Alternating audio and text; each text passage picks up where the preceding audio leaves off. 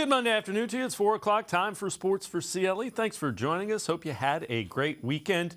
Well, the owners' meetings are underway. That means the general managers as well as the head coaches in Phoenix getting together, talking NFL things.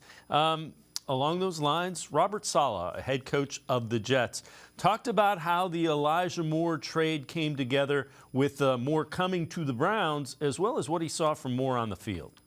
Didn't think we'd be able to get a guy like Mecole Hardman, and so when he was sitting there and just the amount of speed and the different things that he does, it was just a no-brainer for Joe for us to add him, and then obviously once that happened, there was a lot of different phone calls for Elijah, and not that we were ever shopping him, but obviously Joe was given something that he felt was really, really good, and he took it. You always look in the mirror. If it doesn't work out with a player, as a coach, you just always go back and just try to figure out what went wrong, what could have been better. But Elijah had a really good second half of the year last year. I know everyone's going to talk about the first half of the trade demands, but he's a tremendous young man, works his tail off, got a lot better as the year went on, and regained all his speed, and was very productive for us. And so there's no doubt Cleveland got a really good receiver, and he's going to be good there for a while.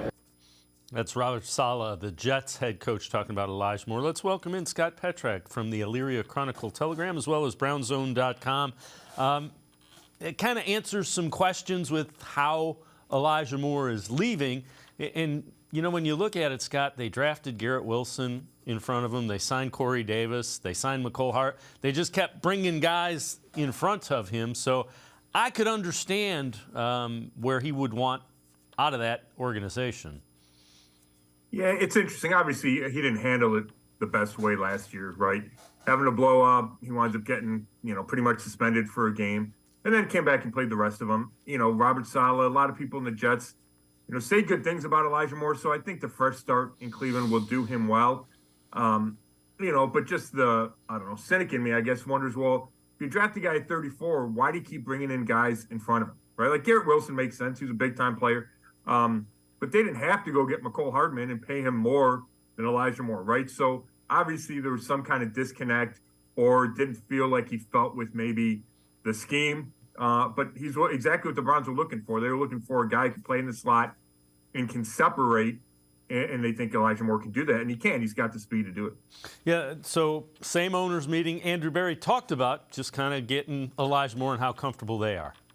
The guy that, despite some of the ups and downs in New York, and obviously we have a really good relationship with that organization. My time working with Joe and Kevin and Robert's friendship, but we feel good about who Elijah is. Bringing him into our building, I think he's going to do well there. And yeah, Scott, the other thing that you get is 34 means it was the second pick in the second round, and he gives you an element that you didn't have in this receiving core. Yeah, and he's young, and he's making less than $2 million a year for the next 2 years. So there's a lot to like about the Elijah Moore trade. You're only moving down, from 42 to 74. It's only 32 spots. Doesn't seem like too much to give up at all. So, I think the move was a solid move, and I think he's a good player. The only question is from a, mental, emotional standpoint, how will he handle things if they're not going totally his way, right? If the Browns decide to run it 35 times one game and he gets 2 targets. If Amari Cooper and David Njoku and Donovan Peoples-Jones get a bunch of targets and he doesn't, will he handle it the right way? And maybe all you need is, a new scenery. Maybe you learn that, hey, that's not the way to handle it because, then I get traded the next year. So, I think he deserves the fresh start, and I think there's reason to be optimistic about the trade. All right, this is from an article you wrote, again, Scott Petrak, brownzone.com, Elyria Chronicle-Telegram.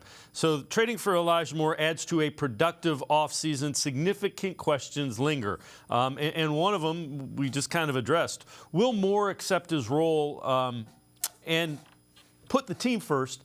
The flip side of that is the quarterback play he's going to get from DeShaun Watson is probably a whole lot better and fits his style more than the guys that were playing quarterback in New York. Yeah, I think that's completely fair to say. And when you talk about style, we talk so much about just the play calls, right? And, okay, what are the Browns trying to do? But a lot of DeShaun Watson's game is improvisation, and he extends plays. And we saw it in those 6 games. Maybe he tried to extend the plays too much sometimes, but that's what you live with because he makes great plays and you can make big plays the longer the play goes and the more you escape and DBs can't cover for that long. And the Browns were looking for somebody when plays broke down who could separate, who could put their foot in their ground and maybe head deep or maybe come back to the ball. And I don't know if they had enough of those quick twitch type guys. And Elijah Moore adds that. So I do think there's reason to believe he will be better with DeShaun Watson and probably happier with DeShaun Watson if there is a fit there. There's no doubt. All right, same article, going on a couple of questions. We'll group a couple of these together because they're all defensive and all free agent guys. Will Dalvin Tomlinson fix the run defense? Is Okoronkwo ready to break out? And Thornhill is cheaper, but is he better than Johnson? Kind of group those together, and you can break them down any way you like. Yeah, I mean, obviously that was the focus of free agency, right, was the defense and addressing the needs. And they created a needed safety by releasing John Johnson, which I understand he was due, almost $14 million. You could save almost 10 on the cap. It made sense. But you had a huge need at D-tackle, huge need at number 2 D-end, and a huge need at safety. So Andrew Berry addressed all those, which I give him credit for that. But you still have to see if those guys work out, right? Tomlinson is going to be counted on to make a huge difference in the run defense. Will he do it? I mean, he's had success in his career, but he's never been a Pro Bowler, right? And there's a lot of pressure, I think, on him to come in and make a huge difference in the run, against the run. Obo, started 8 games, and they were the last 8 games of last year. And I get it. I get the Browns are betting on the come, and they think, okay, he's about to take off. And there's reason to understand that, certainly. But he needs to do it. It's a small sample size, 8 starts, right? He had 5 of his, I think, career 9.5 sacks in those 8 starts, right? So is he ready to take off? Can he handle the down in, down out playing defensive end? He's not the biggest guy. He's 6'1", 253. You're going to have to stop the run at some point. And then Thornhill, he's a good player. Obviously was on 2 Super Bowl teams with the Chiefs, played a bunch of downs, made a bunch of plays. But there's a reason the Chiefs let him go. And part of that is you can only pay so many guys. They drafted a guy they thought could come in and replace him. But I think you need to see him on the field before you assume that he's an automatic upgrade to John Johnson III. Yeah, and all those are really fair points, and you can say that with any free agents. The last one that you had is probably the biggest question of the season, I think. Will Watson play well enough for the rest of the moves to have the desired impact on a playoff team? And the whole season and the whole moving forward comes down to, can DeShaun Watson be an elite NFL quarterback again? Yeah, and part of me, Dave, hates to boil it down to that because there are 52 other guys on the roster and 21 other starters and coaches and all that goes into it. But the bottom line is you need your quarterback to play at a really high level. And yes, you need to surround him with talent, and that's what Andrew Berry's trying to do. And you try to fix the defense, and you try to, fortify the offensive line by re-signing Ethan Posick, and you bring in Kellen Moore or Elijah Moore, and you bring in Marquise Goodwin, and you add Jordan Akins at tight end. Like, all that's supposed to help. But if Watson doesn't play at a really high level, I'm not sure all the rest of those moves really matter. I think if there's a huge difference between Joe Burrow and DeShaun Watson, the Browns don't have a chance to win the AFC North. If there's a huge difference between Patrick Mahomes and Josh Allen and Justin Herbert and Russell Wilson and Aaron Rodgers and DeShaun Watson, the Browns might not have a chance to go to the playoffs. So I think it's that simple, even though it diminishes a little bit the important team aspect of the NFL. Yeah, I mean, we've sat through Browns football. You need a quarterback that can make plays at the end of games in particular. All right, this is interesting. Browns plan to sign guard Wes Martin. He's an Ohio native. Probably on Thursday, pending a physical. He played for the Commanders last year. Important to note, it's his 5th year in the league, played 38 games, started 11 of them in those 4 previous seasons. So it's, again, a veteran guy that has proven that he can play in the NFL. Yeah, he didn't play much last year, 6 games. I think maybe he played 1 snap, but has started games. He was important because, Yelda Froholt left in free agency to sign with the Cardinals, and he was the Browns' #1 backup guard last year. He played twice. When Wyatt Teller missed 2 games, he was a sub. Then obviously started, I think it was 4 games when Posick got hurt at center. But they needed that guy to take that spot, right? They needed someone. I don't know if you can count on Nick Harris He's undersized to be a guard. He'll be in the mix, but I don't know if you can count on that. He's coming off that season-ending knee injury he suffered in the preseason last year. So you needed depth there. And I'll tell you what, I wouldn't be surprised if the Browns added a swing tackle at some point in free agency, and maybe at some point soon. Chris Hubbard was in and out of availability last year. James Hudson III, I don't know if he's ready to be that guy you can count on to be your top backup at tackle.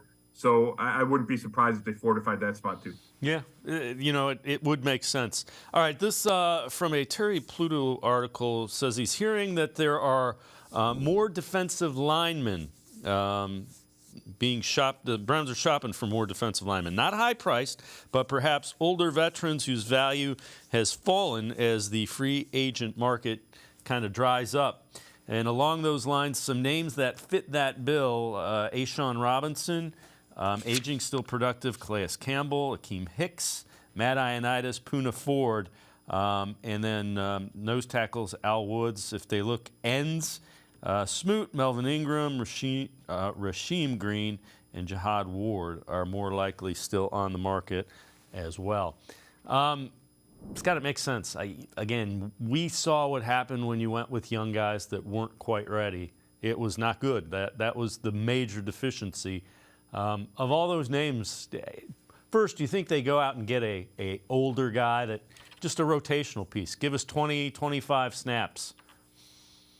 I do, and I think I would expect them to do that at end, number one, because outside of Myles Garrett, it's a lot of unproven, right? We talked about Obo, Alex Wright, didn't have a quarterback hit last year. Isaiah Thomas was a 7th-round pick, and then there's not a whole lot. I don't know if there's anybody else on the roster after those guys. So I feel like you need to get another veteran, and then pair that with the draft pick as well. That's what I would do. I like the idea of Melvin Ingram. I think he's still got something in the tank out there. So I would keep an eye out for him. If he hangs, if he stays on the market long enough, you get him for 1 year and whatever it is, 4 with incentives, whatever it is, it fits. I like that type of guy, and he's probably a situational pass rusher, and you can use him in that role. And then, we saw him do that last year too. They signed a couple of veteran guys that came in, and, Isaac O'Shell was in and off the roster. Stephen Weatherly, they just like to have those guys. They're good in training camp. If one of them sticks, he sticks. And at D tackle, to me, there's so many question marks. Outside of Tomlinson, right, who seems like a sure thing, is Jordan Elliott ready to take any kind of step up after a disappointing year? Same with Winfrey. Same with Togiai. They brought in Hurst and Tristan Hill, but those guys are coming off injuries. So really, it could be Tomlinson and then who? So I could see more pieces being added to the pile, too, at defensive tackle. I like the idea of Calais Campbell. I don't know if he would come to Cleveland. I think he's a great guy to have on your team. Ioannidis seems to fit. I think maybe if you bring in a guy, you'd go with a guy who's got some pass rush upside at D-tackle because you got the run stuffer in Tomlinson. Yeah, that absolutely makes sense. Scott Petrick and I are going to step aside, take a quick timeout. Other side of the break, we'll head to the voicemail of Truth and Reason. Talk a little bit about what the Browns receiving core looks like. Sports for CLE. We'll be right back. Stay with us. The Great Lakes Collectors Convention, presented by Greeny Sports Cards, takes over the Fieldhouse in Independence, Ohio, where the passions of sports fans, collectors, and sports talk enthusiasts collide. 50,000 square feet of ball card bliss.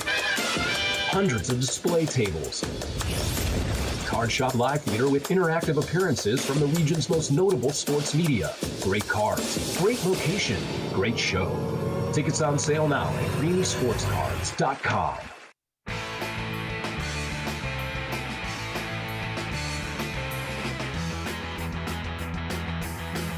We continue talking Browns with Scott Petrick from the Elyria Chronicle Telegram, as well as brownzone.com. Let's head to the voicemail of Truth and Reason. If the signing of Marquise Goodwin told us anything, is that Kevin and DeShaun want to be an attacking offense. They want to throw the ball 40, 50 times a game and be aggressive. I think Browns fans are about to get their wish. Kevin is about to be the most aggressive play caller on that field. Regardless, he's going to put this offense in a great position to score first, and I just can't wait. But everybody's like, so what about Chubb? I think Chubb is going to be when we have the lead and when we really want to slow down the clock.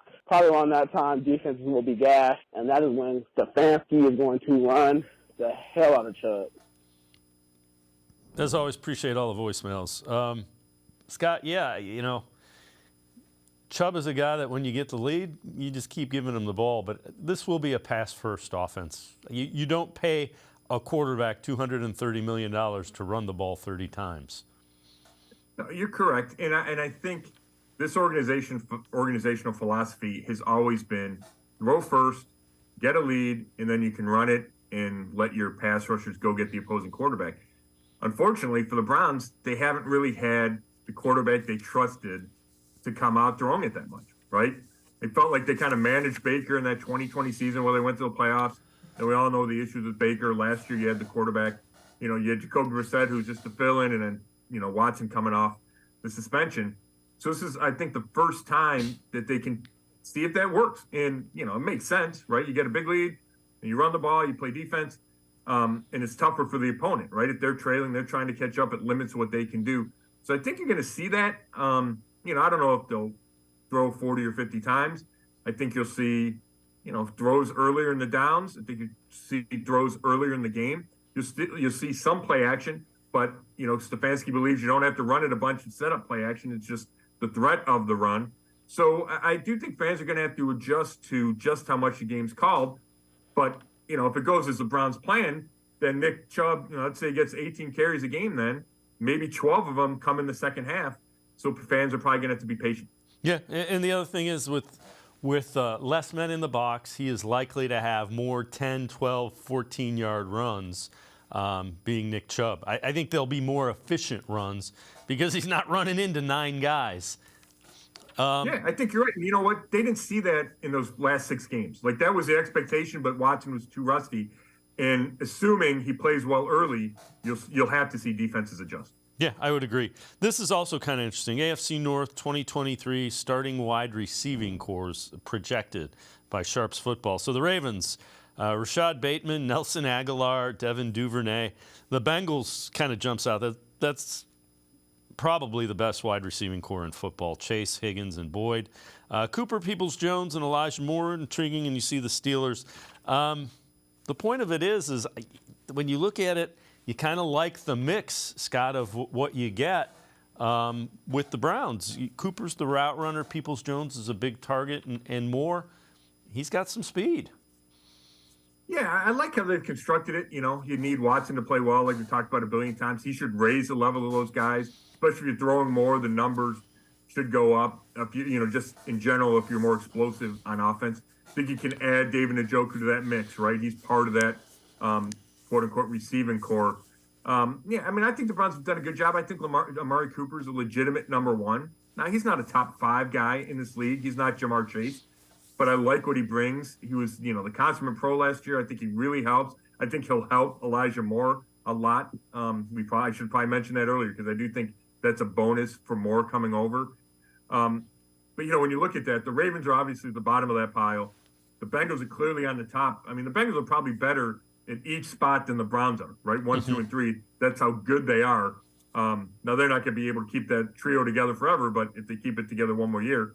And then Pittsburgh's interesting. Deontay Johnson is a bunch of talent, but I was talking to a Pittsburgh fan yesterday, and he said he drops too many balls.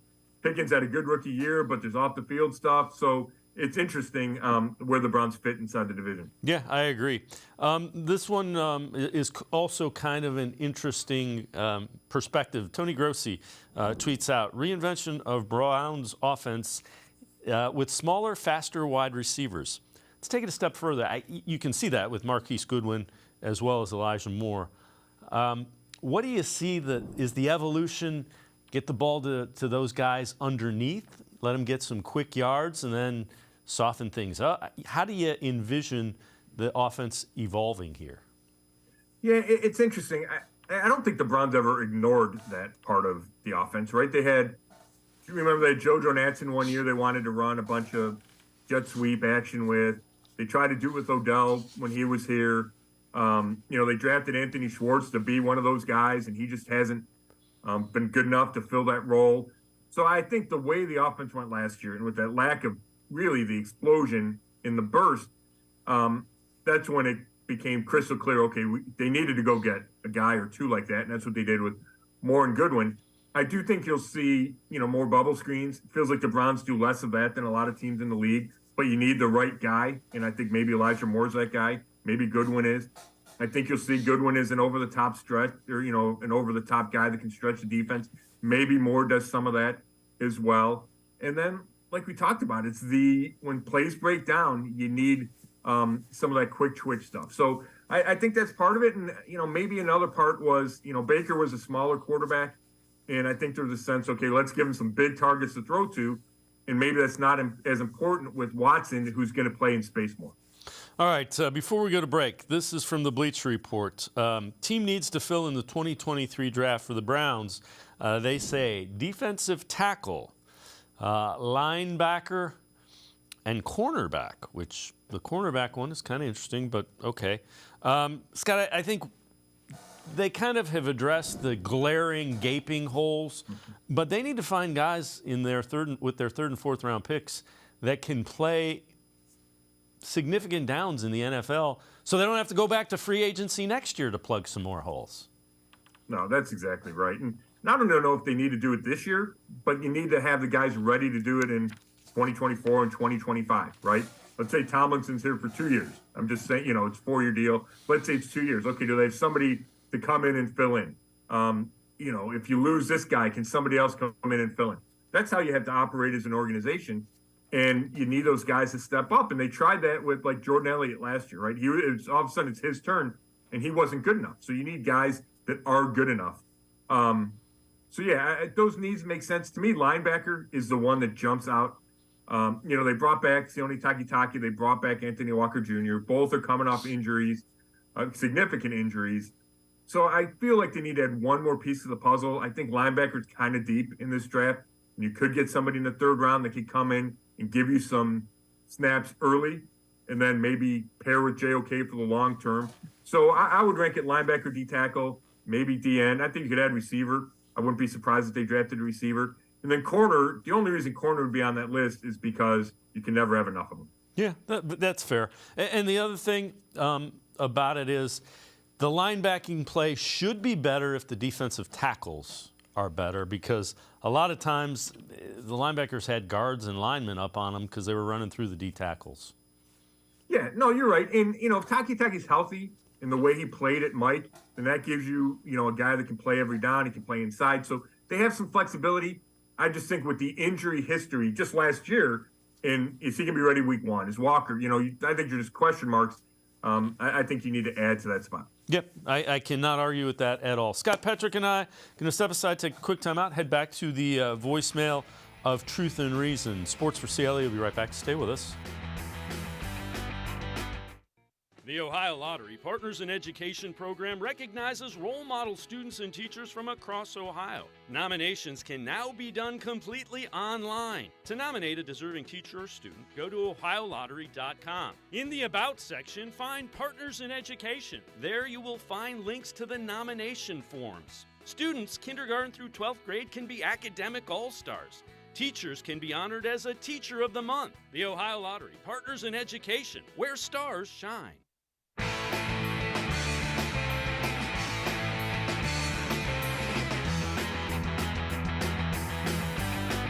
We continue talking Browns with Scott Petrick, a Browns beat reporter from the Elyria Chronicle Telegram, as well as BrownZone.com. Let's head back to the voicemail of Truth and Reason. Hi, guys. Ron from Florida. Love the show. I was thinking this is the time of year we all think we're smarter than Andrew Berry. During the regular season, we all think we're smarter than Kevin Stefanski. So anyhow, I'm going to chime in with my 2 cents worth. I don't think they should extend Jedrick Wills. I don't think he plays as hard as he should. I don't think he's ever been challenged. If he had this as his contract year and had to work harder to make a contract, maybe he would perform better. To double down on this bet, if I was them, I would move up in the draft and maybe trade for a left tackle to push him for competition. I don't think that he's had any solid competition since he's been here. Maybe he's complacent. Just a thought. Tell me what you think. Thanks, guys.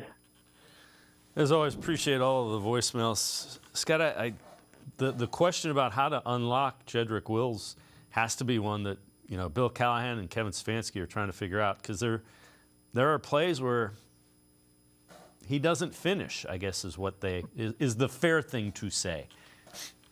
Yeah, I think the caller makes some interesting points, without a doubt. That's the biggest, and I like Jedrick Rose a lot. I like talking to him. I think he's a really talented player, and I think even with all his flaws, he's still a top, 15 left tackle in this league, something like that, right? He's not a Pro Bowl guy. He hasn't lived up to the number 10 pick in the draft like he was, but I think a lot of teams would be happy to have him and consider him an upgrade.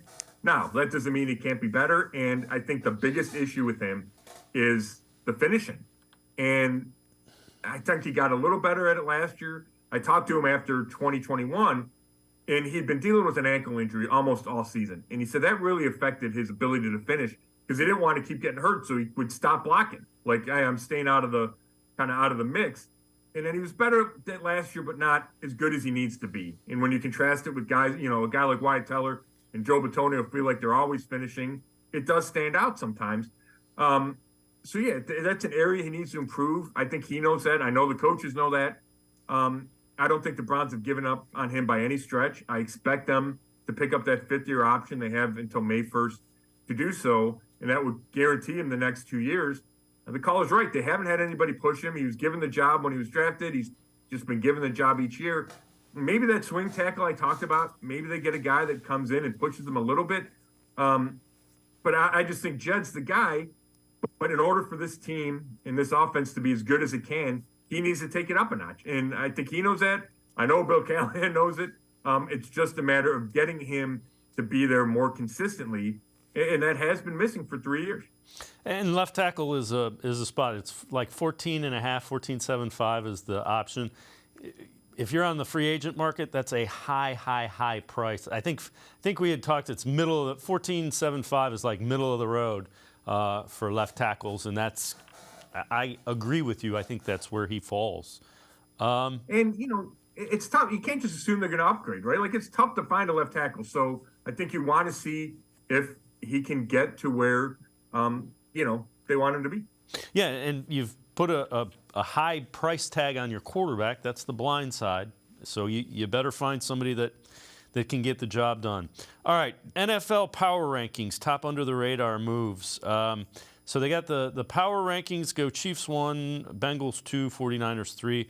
They have the Raiders ahead of the Browns at 18, and the Browns check in at 19. The top under the radar move, Ethan Posick finished top 5 among centers, pass blocking, run blocking, and win rate, according to ESPN Analytics. With him back, Browns will again boast one of the league's top interior offensive lines. And again, 19. Scott, I think these national rankings, I've said it for a couple of weeks, the Browns have burned me the last 2 years, and it's okay, this looks great on paper, let's see it on the field. Yeah, I think that's fair, and I think you're right. I think that's reflected in that power ranking and probably many others nationally. My first thought is that's a little low. I don't know if I think 18 teams are better. Certainly, DeShaun Watson should not be, the 19th best quarterback in the league. And if he plays like that, the Browns are in deep trouble. So, if they finish the year there, it's going to be a huge disappointment. But I understand why, on March 27th, that's where they are. Yeah, and that's kind of what I was getting at as well. Along those lines, this is NFL season win totals. This is based on odds provided by DraftKings. So top win totals, Chiefs, Bengals, 49ers, all at 11.5. Eagles, Bills, Jaguars at 10.5. And then in the next group, Lions, Jets, Cowboys, Chargers, Dolphins, Saints, Browns, 9.5. So I think that falls in line a little bit more with where I would place them in the AFC. The problem is there's a lot of AFC teams that are really good that have the elite quarterbacks, especially if Aaron Rodgers goes to the Jets like they're talking about. Yeah, that is a problem, and you see just Jacksonville jumps out at me there. Trevor Lawrence played really well down the stretch. Their division looks like it's wide open for them. So I get that win total. Now, obviously a team's coming out of that division regardless. But all of a sudden you have another team that could win a bunch of games that wasn't expected to do so probably the previous couple of years. I got another thing from one of those gambling sites that had the over/under at 9 for the Browns, and that feels right because if they go over, then they go to the playoffs, right? And 10 wins is probably enough to go to the playoffs. If they go under, it's a disappointment. They miss. So that's kind of where it feels like they're, right now, where it feels like they should be 9.5. Definitely below Cincinnati. Cincinnati, is an elite team, and a little bit above Baltimore and Pittsburgh, with the knowledge that Baltimore is such in limbo right now that who knows where that goes. Yeah, and one of the reasons they're in limbo right now is the whole Lamar Jackson stuff. And on the other side of the break, Scott and I will get into that. Some interesting stuff coming out of the owners' meetings in Phoenix with Lamar Jackson. Sports4CLE, we'll be right back talking about how DeShaun Watson's contract has affected the Lamar Jackson situation. We'll be right back. Come back to go forward. Back to learning new things. Back to pursuing your dreams. Tri-C has flexible learning options to fit your life. And every year, more than 1,000 local companies provide Tri-C students with real-world learning. The right education can boost your lifetime earning power by hundreds of thousands of dollars. Start now with a college education you can afford. Tri-C, where futures begin.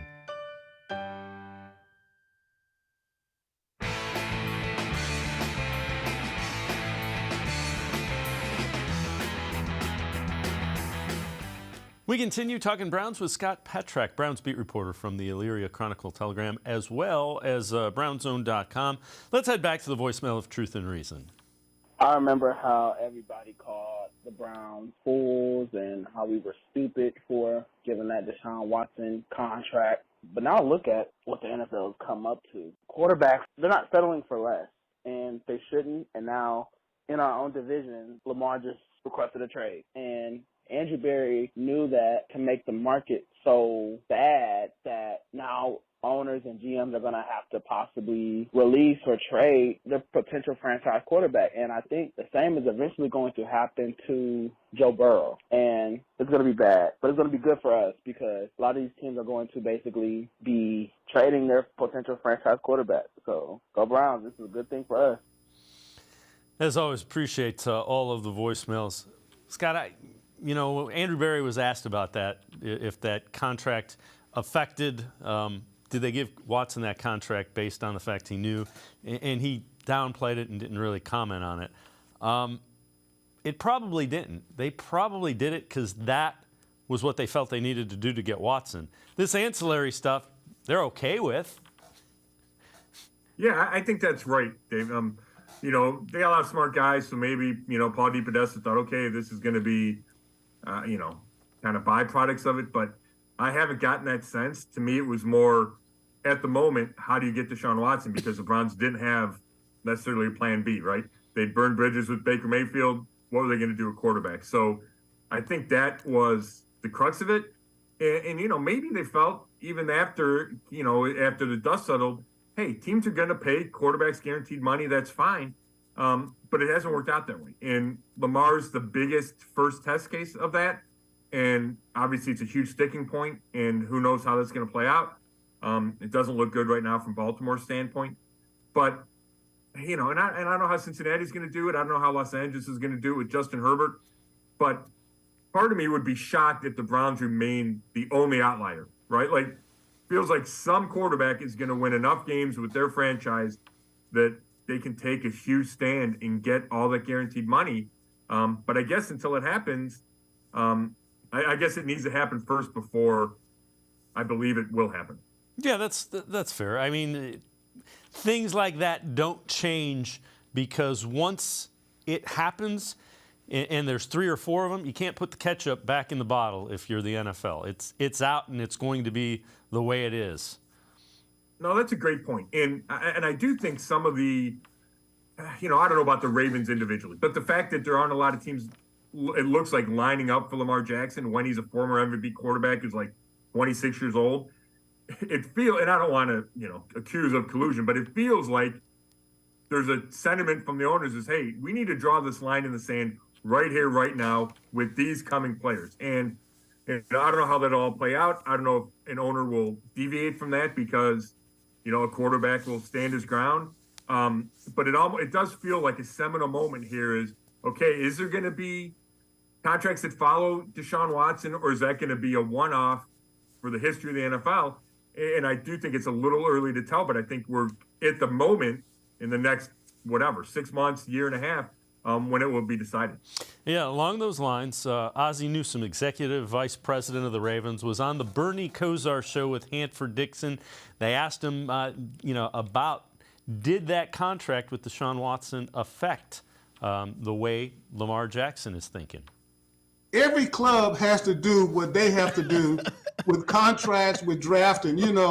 I got enough problems dealing with this club that, I can't, I don't worry about what other people do. But, our owner, did say that, that contract did create some problems.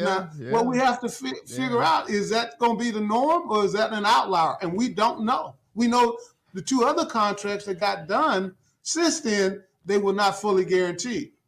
Well, I know this. You guys, I know how you guys feel about Lamar, the front office, the coaching staff, and hell, I like Lamar. I should have been watching play, man. Bernie, better than anyone, just a dynamic player. Well, we all love Lamar. I feel for you, Wiz, because you're almost in a catch-22, because just as you unfortunately astutely point out, is it the DeShaun thing an anomaly, or is it part of the future?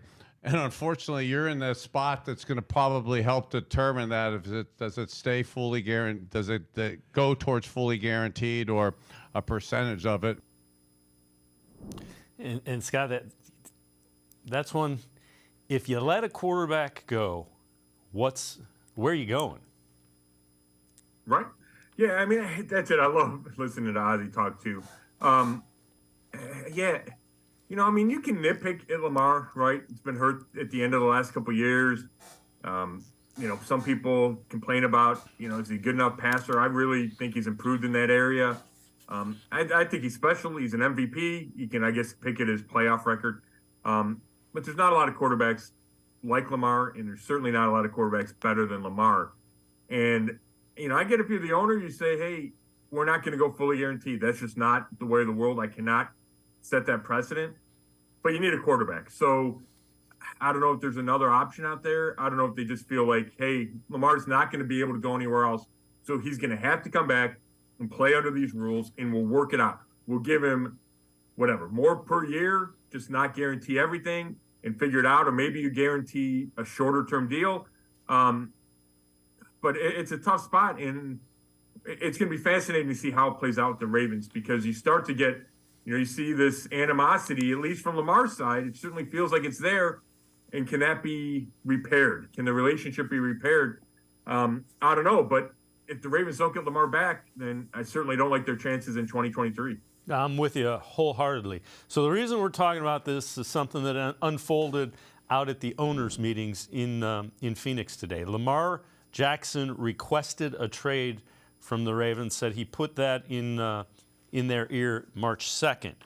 That came out almost exactly at the time that John Harbaugh, the Ravens head coach, was getting ready to meet with the media at the league's meetings. So no time to prep for that, as he hit that within a couple of minutes of when John Harbaugh started talking to it. Now, there's a little bit of a disconnect because, as Kimberly Martin says, John Harbaugh was asked, does he anticipate Lamar Jackson being his quarterback in week one? He said, I do. So it surely sounds like folks are digging in between the Ravens and Lamar Jackson, and we're just going to sit back and watch that one in Cleveland. Yeah, the timing of everything today was really interesting. I assume Lamar knew what he was doing when he tweeted that out right before Harbaugh sat down at the breakfast to talk to the reporters. It certainly, if it wasn't, it was a happy coincidence. He tweeted that he asked for the trade on March 2nd, so it's almost been a month. So obviously the Ravens knew that. They've been dealing with the unhappiness of Lamar for a while now. They still put the franchise tag on him. And once you do that, teams can talk to him, right? Because there's a non-exclusive franchise tag, but there hasn't been this groundswell. So teams could be approaching Lamar, whether or not he asked for the trade, right? That just kind of signals that, yay, I don't want to be here anymore. But we've seen trade requests go, unmet, right? We saw it with Kareem Hunt last year with the Browns. We saw it with David Njoku a couple years before. And then whether or not David Njoku winds up signing a contract extension a year later. So things change. But what's different is, I don't know if you see a lot of trade requests from your franchise quarterback that aren't met, right? That seems like an unusual situation, in one where, if Lamar digs in his heels too much, he could force the Ravens' hand. All right, before I let you go, let's get back to the Browns and free agency. Teams that improved the most in free agency, this from CBS Sports. Josh Edwards says the Browns. Winning the offseason feels like it's a recurring theme, but it is irrelevant unless it translates to in-season success. And, he nailed that. Yeah, it kind of puts a bow on what we've been talking about, right? They make sense. Andrew Berry did what he had to do, but, and this is not to pick on Andrew Berry, but, they needed a tight end in 2020, and they signed Austin Hooper. He wasn't the right guy, and they have to cut him 2 years later, right? They needed a safety in 2022, or 2021, and they get John Johnson III, and 2 years later he gets cut, right? So you can identify the needs and go get who you think is the best player. It still has to work out, and that's where it comes down to talent evaluation. And, free agency, these are not the best players out there, right? Because the teams keep their best players. So you have to get a little bit lucky, and we'll see if Barry hit on enough of these signature signings. Yeah, the free agency is always a crapshoot, and, let's see. You point out two that didn't work out, so maybe they're due to get some that do work out this year. Yeah, and they had guys. Jack Conklin's been a hit, right? Yep. Like, they've hit on some of these guys. Amari Cooper trade, I think, is a big success. But those two jump out at me because they kind of fit the bill. Yeah, they really needed the guy, but then it wasn't the right guy. Scott Petrak, as always, great stuff. Appreciate the time and the insight. Thanks for joining us, Scott. Thanks, Dave. Scott Petrak, make sure you check him out, brownzone.com on the internet, also Browns beat reporter for the Elyria Chronicle Telegram. We're going to step aside, take a quick timeout. Other side of the break, Jackson McCurry from the Dogland and Top Dogs podcast straight ahead. Stay with us. Come back to go forward. Back to learning new things.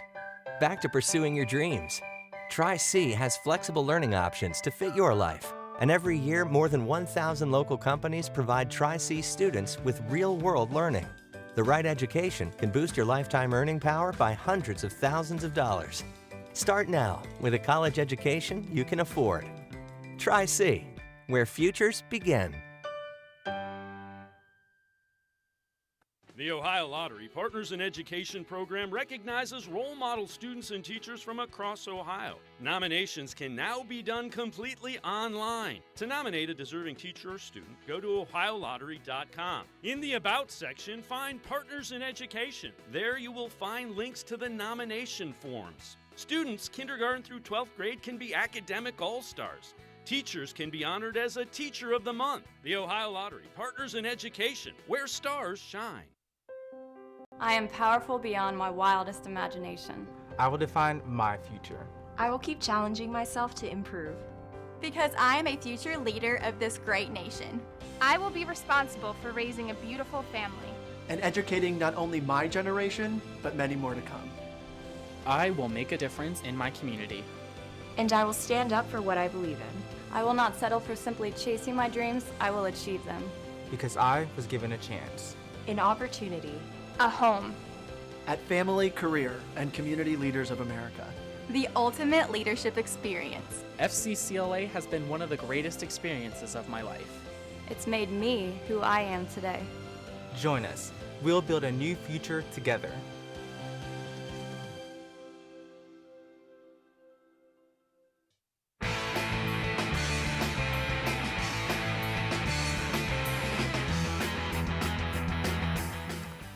We continue talking Browns here on Sports4CLE. Let's head back to the voicemail of Truth and Reason. Hey, hello, Dave. Longtime Brown fan here. Today's my birthday, and we got a great present. Marquise Grissom. Listen, Andrew Berry deserves his props. Cleveland, stand up and give it to him. Now all we got to do is draft a couple of defensive players in that draft. Just hit on one linebacker, and we're ready to roll. Go Brown. As always, appreciate all of the voicemails. Let's welcome in Jackson McCurry, the Dogland and Top Dogs podcast. Jackson, linebacker, yeah, they need one. Yeah, they definitely do, Dave. You brought back Anthony Walker, you brought back Sione Takitaki, but it's a question mark if they're going to be ready or not come the beginning of the season. So they did add Matthew Adams, but he's more of a special teams guy. So, you hope JOK finally makes that jump that people have been expecting. But, yeah, they definitely need another linebacker. I'm looking at guys like Dorian Williams out of Tulane, Ivan Pace out of Cincinnati, some guys that the Browns might be able to get in the middle rounds that might not be able to make an impact in year one, but maybe in 2024 or 2025 they can team up with JOK and wreak some havoc in the middle of that defense. And the other thing that you hope is that the improved defensive tackle play improves the linebacker play. Those two are going to be related just because the offensive linemen were getting on the linebackers. I know you tweeted this, so let's get into free agency as they close it out. You'd love to see the Browns get, Houston, Flowers, Ingram, Lawson, one of those guys, Campbell, Ioannidis, Harmon or McLeod as the safeties.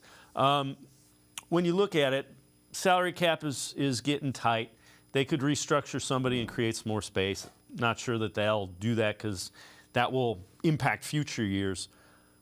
What do you think they do? Do you think they try to get a veteran edge? Or how would you prioritize what you would do with a veteran, either lineman, edge or tackle? So your colleague, Mary Kay Cabot, reported on Sunday that guys like Yannick Ngakoue or Frank Clark, guys that would cost a little more, aren't on the front burner for the Browns right now. Now, obviously, if there's no market for them and their price comes down, I think they could be options for the Browns. But that's why I'm looking at guys like Justin Houston, guys like Trey Flowers or Melvin Ingram, guys that are on the backside of their career, won't cost a lot, in my opinion, for them to come in. They're still effective in helping getting after the quarterback. Yeah, they added Okoronkwo in free agency, and I think he's going to be solid, but I'm not so sold on Alex Wright right now as the third edge behind Garrett and Okoronkwo. So I feel like if they can add another veteran at the edge spot, I feel like that would be a perfect room, and then it allows Alex Wright some more time for Jim Schwartz and his staff to continue developing him. So it would be a veteran edge would be where you would kind of prioritize. If you could only add an edge or a tackle, you'd think edge? I would probably prioritize tackle because even though they added Tomlinson, the rest of that room scares me to death. Jordan Elliott hasn't turned out the way I hoped. Togiai, he's probably not going to make this team. I just can't see it. And then Perion Winfrey is obviously the wild card. We know the talent's there. We just don't know if he's mature enough to take that next step and help this defense. So if I had to choose, I would definitely prioritize D tackle at this point. And Calais Campbell, just to twist the knife a little more into Baltimore would be if we could somehow get Calais Campbell to come here and jump on that defensive line. Still getting it done at 36 years old. Still one of the best interior defensive linemen. I would love nothing more to see him come to Cleveland and then just stick it to Baltimore. So Andrew Berry has addressed the glaring holes. Now you still need to add, as we're talking about. But what do you think they do now in the third round? Since they're not picking in the first or second, what do you think they do at 74 and later in the third round? Where do you look? I always will not rule out corner just because this regime loves to draft corners, loves to develop corners. So cornerbacks in play. They could go linebacker, like some of the names I've mentioned. They could go edge if they don't prioritize signing a veteran. There's some there that I like in the third and fourth round. Wide receiver, I still wouldn't even rule out, although I feel like they might address that towards the end of the draft just because the room is so filled up with guys as it stands now. So, and I won't even rule out running back. I feel like running back, it's so deep. There's so many talented backs. The Browns might not be fully sold on Jerome Ford, so I can see them adding another back maybe in the middle rounds to pair up with Nick Chubb, or maybe groom Nick Chubb's potential replacement in the next year or two. So there's a ton of options they can go, but I'd really think it's just going to be best player available. Yeah, that's fair. And that's, if you don't do that, you get into trouble in subsequent years, usually, if you don't take the guy that you think can play in the league. So this is a 3-round mock draft from CBS Sports, and let's take a look at who they have. For the Browns at 74, that's the pick they got in the trade from the Jets, they have Tajay Spears, running back from Tulane. And then at 98, they go Yaya Diaby from Louisville, a defensive lineman.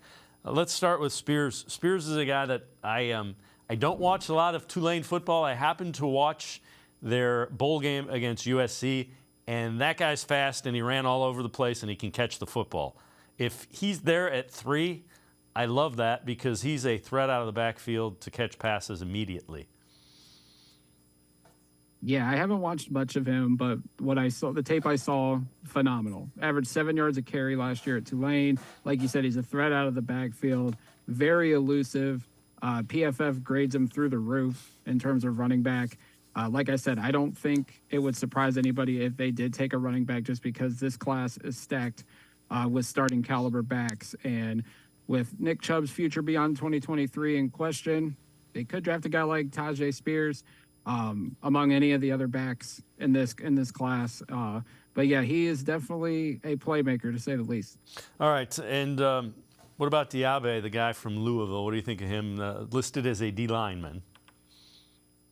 So he's very athletic from what I've seen, tested phenomenally at the combine. But, you know, the thing, Andrew Berry said that they might bend the guardrails a little bit in terms of age. He's 23 years old. His pass rush grades were not good, according to Pro Football Focus. So I don't see that as a legit option for the Browns, maybe at 98. A guy to keep in mind, Isaiah McGuire out of Missouri. Great, not the best athletically, but you look at more of the numbers, did really well at Missouri.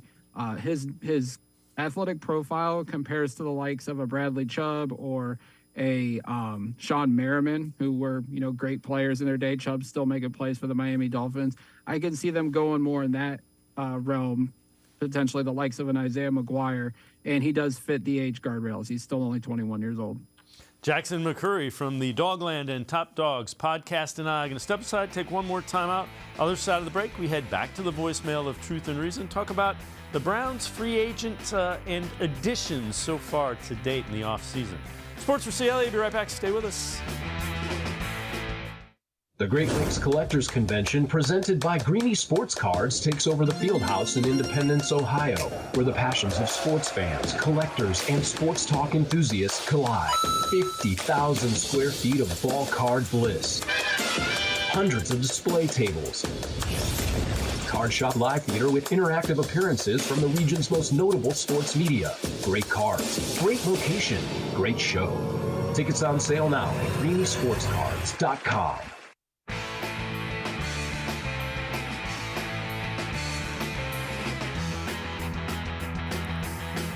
We continue talking Browns with Jackson McCurry from the Dogland and Top Dogs podcast. Let's head back to the voicemail of Truth and Reason. This is Dave from Florida. Kevin Stefanski needs to let Alex, his offensive coordinator, call the plays. They can work it out like other coaches do. He's too wrapped up in the play calling. He needs to run the team like most managers have to do and stay in touch with all the different aspects of the game. That's my opinion. I hope he listens or somebody does, but let's give it a shot. Let's use our talents that we have. Alex Van Pelt is a great guy, and if he doesn't have the confidence in him, then let him go and get somebody else. That's my point. Go Brownies. I love them all. Thank you. As always, appreciate all of the voicemails. Jackson, there are parts of the in-game that I wish would improve. I don't have any issue at all to play calling. Keep in mind, he did it with Baker Mayfield and he did it with Jacoby Brissett. The reason he got the job is his offensive mind. Let's see what he does with DeShaun Watson. Yeah, definitely. I play calling is the least of my worries with Kevin Stefanski. Like you said, some of the end game stuff, it is frustrating at times, but this is, like you said, this is the reason why Stefanski got the job, was his offensive play calling. I'm anxious to see what he does this year to evolve the offense with all the new weapons they've added to the mix. But this is a big year for Stefanski, but there's no way I'm letting him give up play calling at this point. I mean, this is what got him the job, and I feel like at this point he's going down with the ship as the play caller as well as the head coach. And the other thing is you can't take play. I suppose you could, but it would be easier for him to call plays and then midway through the season offload it if it wasn't going well in the in-game part of it, as opposed to, well, Alex Van Pelt is calling plays and then taking it away from him. Going that way doesn't work as well. This is interesting as well. Teams that have improved the most in free agency from CBSSports.com. Chris Trapasso says the Browns absolutely had to improve their defensive front, did so with Tomlinson as well as Okunrankwo. Super rangy Juan Thornhill. Defense has gotten noticeably better on paper. They retained Ethan Posick. They went out and got Jordan Akins, sneaky good signing. And then the Elijah Moore trade was a cherry on top. I agree with all of that, but we've said for the last couple of years their roster was good on paper. We got to see it on the field. Yeah, definitely. I think despite the solid offseason they've had, they didn't make any big sexy moves. Like, they were linked to Jesse Bates, they're linked to Javon Hargrave. They went out and filled the needs that they needed to on the roster. But like you said, Dave, they've won the offseason how many years in a row? All it comes down to is DeShaun Watson going to get back to form? Is this offense with all the new parts and pieces going to take off to what we expected to be a top 10 offense? At the end of the day, it all comes down to whether or not DeShaun Watson is the guy we traded 3 first-round picks for, the guy we invested $230 million into, fully guaranteed. They can make all the moves they want, but at the end of the day, if DeShaun Watson doesn't pan out, it's not going to be a good season for the Cleveland Browns. So you see the additions of Goodwin and Moore. What do you see the offense kind of evolving to? And Akins, has some familiarity with Watson. What gets added to this offense, do you think? I think you're going to see a lot more shotgun, because with Musgrave coming in, who Stefanski has the background with, that's what he ran a lot in college when he was the OC in Cal. I think Stefanski is going to incorporate some of those aspects into the game. I think you're going to see a lot of 3, maybe even 4 more wide receiver sets. The addition of Akins is going to be fascinating, because do they line him up, and do they line Njoku up in certain packages as wide receivers instead of the tight ends? I think this offense is going to look really different. There's so much versatile pieces on this offense. Goodwin and Moore can play the slot. They can play outside. They have the experience to do so. Cooper can kick inside and play slot. Like, there's so many parts and pieces. I'm fascinated. What is it like in Berea right now with Stefanski, with his offensive staff? How are they formulating this offense with all the new weapons, and how are they going to make this work? Because they have the talent. I think we both can agree with that.